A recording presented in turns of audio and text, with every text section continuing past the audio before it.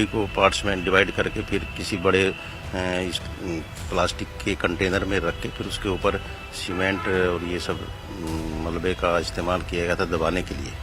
तो उसके पीछे मकसद यही रहा होगा कि उसको डिकम्पोज किया जाए अंदर और फिर जैसे मौका मिले उनको कहीं डिस्पोज किया जाए वो पूरा कंटेनर। हाँ नहीं, सीमेंट में होता तो है कि वो जो पार्ट्स है उसको डिकम्पोज करने में जल्दी सहायता प्रदान करती है, ऐसा माना जाता है।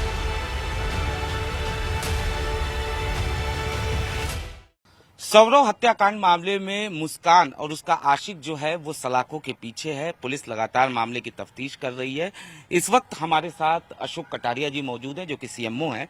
उनसे बात करते हैं और जानने की कोशिश करते हैं कि जो पोस्टमार्टम हुआ और उसमें क्या कुछ निकल कर आया, साथ ही साथ सीमेंट का जो इस्तेमाल किया गया उसके पीछे क्या मकसद था।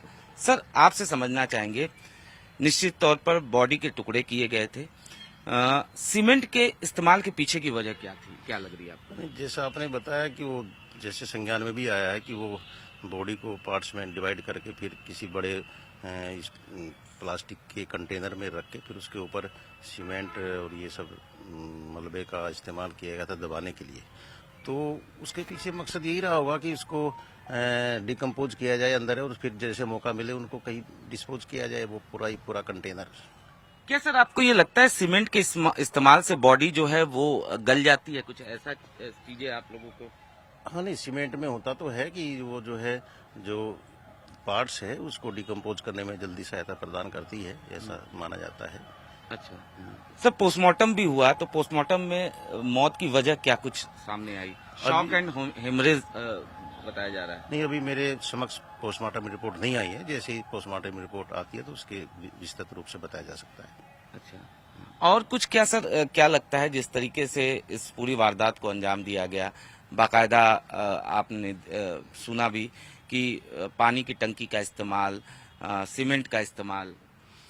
हाँ नहीं, वो ये आम आदमी कैसे कर सकता है बिना सर्च किए, बिना? हाँ नहीं, उनकी मानसिकता जैसी भी रही होगी, लेकिन आजकल लोग सब टीवी में, फिल्मों में देख के और सोशल मीडिया पर देख के लोग नए नए तरीके इस्तेमाल करते हैं। और जो शातिर लोग हैं वो अपने अपने फन में एक्सपर्ट होते हैं। जैसे हम अपने डॉक्टरी के क्षेत्र में एक्सपर्ट है, वो शातिर लोग, गुनाहगार लोग अपने फन में एक्सपर्ट होना चाहते हैं और वो नई नई चीजें रिसर्च करते रहते हैं। तो उसी के तहत उन्होंने कुछ इस तरह से कहीं देखा होगा, सुना होगा, तब किया होगा। जैसा कि इन्वेस्टिगेशन के दौरान सामने आया कि इन लोगों ने पहले उसे दवा दी जिससे वो बेहोश हो गया, उसके बाद मर्डर हुआ। तो ऐसी स्थिति में जो मौत की वजह होती है वो क्या कुछ सामने आता है? नहीं, वो तो दवाई, यदि कोई बेहोशी की दवाई दी है और सेडेशन हुआ होगा, उसके बाद उसको इंजर्ड करके उसको मारा होगा, तो उसमें तो रक्त रिसाव, हाँ, रक्त यदि इंजर्ड हुआ है, कहीं चाकू वाकू जो भी जैसे बताया जा रहा पेपर्स में कि वो चाकू वारी वगैरह से क्या क्या वार किए गए हैं, तो उसमें तो शॉक एंड हेमरेज में ही पेशेंट जाता है, ब्लीडिंग, एक्स्ट्रा ब्लीडिंग होने की वजह से। एक्स्ट्रा ब्लीडिंग होने की वजह से, शॉक एंड हेमरेज की वजह से। जी जी। तो सर, निश्चित तौर पर ऐसी वारदात, एक तरीके से एक पत्नी जो कि अपने पति की हत्या करती है और इसके लिए उस अपने प्रेमी को वो इसके साथ शामिल, ऐसी वारदात और इस तरीके से बॉडी के टुकड़े, आपने इससे पहले कभी? नहीं, मैंने तो कभी ऐसा किया नहीं पोस्टमार्टम और देखा भी नहीं है। लेकिन यह कि क्या कंडीशन रही, कौन कल्प्रिट है, दोषी कौन है, ये तो सब जांच में ही पता लगेगा कि वो टुकड़े उन्होंने किए थे या कैसे किए थे, उन्होंने सहमति दी है, क्या है, तो वो तो जांच का विषय है। इस बारे में मैं ज्यादा कहना उचित नहीं है। धन्यवाद सर। तो ये थे अशोक कटारिया जी, इनका साफ तौर पे ये कहना है कि ऐसी स्थिति में जो मौत की वजह होती है वो कहीं ना कहीं शॉक एंड हेमरेज यानी रक्त का ज्यादा निकल जाना मौत की वजह होती है। फिलहाल पुलिस पूरे मामले की तफ्तीश कर रही है। मेरठ में मुस्कान नाम की महिला ने अपने आशिक साहिल के साथ मिलकर अपने पति सौरव की बेरहमी से हत्या की। हत्या करने के बाद उसने लाश के करीब 15 टुकड़े किए और उन टुकड़ों को पानी के ड्रम में उसने इस तरीके से छिपाया कि उसकी बदबू बाहर तक ना आ सके। और इस वारदात को अंजाम देने के बाद ये यहाँ से शिमला घूमने के लिए चले जाते हैं मुस्कान और उसका आशिक साहिल।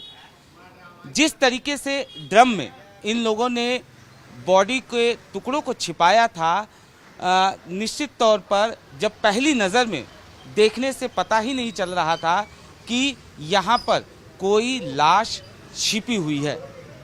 पुलिस को जब पता चला, पुलिस भी पहली बार जब पहुंची तो उसे विश्वास नहीं हो रहा था, क्योंकि दरअसल अगर हम आपको बताएं कि लगभग इसी टाइप का वो ड्रम था जिसमें सबसे पहले ये लोग लाश के 15 टुकड़े करते हैं और उन टुकड़ों को इस टाइप के ड्रम में डालने से पहले सबसे पहले ये लोग सीमेंट अंदर डालते हैं, उसके बाद टुकड़ों को डालते हैं और उसके बाद फिर ऊपर से सीमेंट कर देते हैं।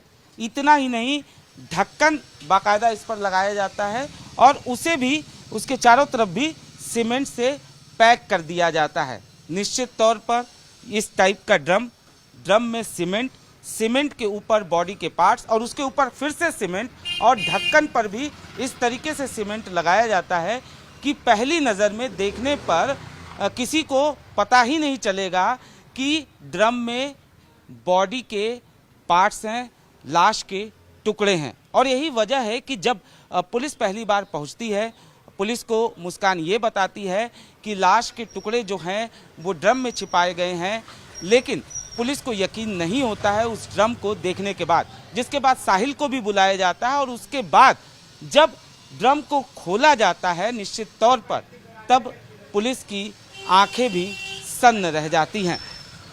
दरअसल इन लोगों ने एक साजिश के तहत सबसे पहले सौरव को नींद की दवा दी रात में खाने में, उसके बाद जब सौरव बेहोश हो जाता है उसके बाद उसका कत्ल करते हैं और कत्ल करने के बाद बॉडी को बाकायदा बाथरूम में ले जाकर उनके इस तरीके से टुकड़े किए जाते हैं कि वो ड्रम में आसानी से छिपाया जा सके।